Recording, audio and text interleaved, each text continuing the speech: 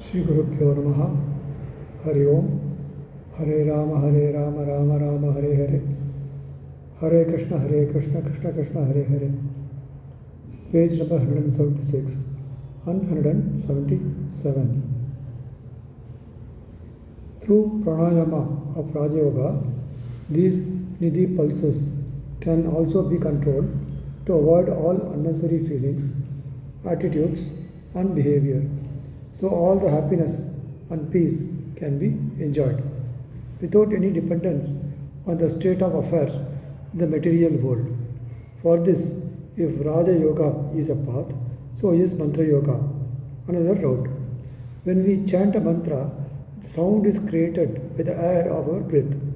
The actual sound originating in Mooladhara or the lower lip tip of the spinal cord, Swadhisthana or the lower abdomen, Manipuraka or the navel obliquus, Anahata or the heart, Shuddhi or the throat. Passing through the throat, touching the tongue, upper and lower lips is heard as a sound. So this sound of the Akshara in turn causes those nadis in those parts of the body to resonate, thereby affecting the state of the person's mind accordingly.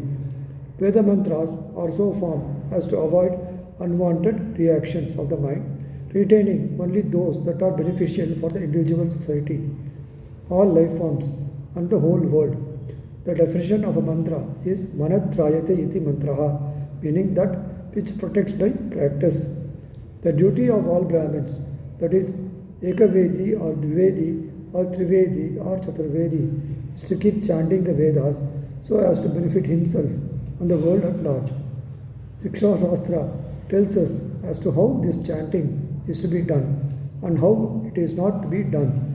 There is a sloka about this as Giti Sigri Siraha Kampi Tata Likita Patakaha Anartangaha Hi Alpa Kantascha Shadaite Pataka Adamaha. Meaning of the above sloka is as follows. There are 6 types of things forbidden in chanting of the Vedas. They are Giti, that is singing of the Veda mantras in self tones is not to be done. It has to be chanted only in the own fixed Udatam, Anudatam and Swaritam pronunciation as thought by the Dhyavaka. Next, don't Sigri. Cannot be speed up Veda pronunciation while teaching or reciting just because you have to catch up a bus or a train or even a plane. It is just not done. The efficiency of Vedas is adversely affected both by speeding up and slowing down. Another not to be done is Shirak Kampi, shaking your head or body is not to be done.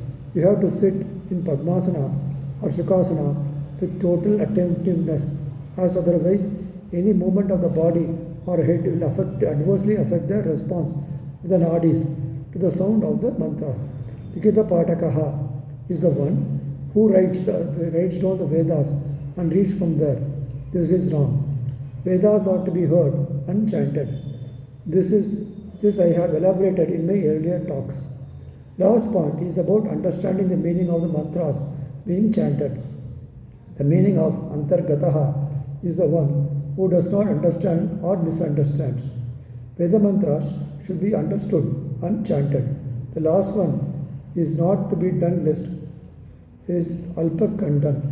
When we chant the Vedas, it should be full-throated recital, not a mumbling whisper. Veda mantras benefit by suitable responses in the vibration of the nadi of not only the individual chanting, but all those who are listening. The spread of the sound of the Vedas as much as possible in the atmosphere should be the aim. So these 6 rules should be adhered to when chanting the Vedas so as to keep the benefits optimally. Shri Gurubhyo Namaha. Hari Om. Rama Rama Rama Rama Rama Rama Rama Rama Rama.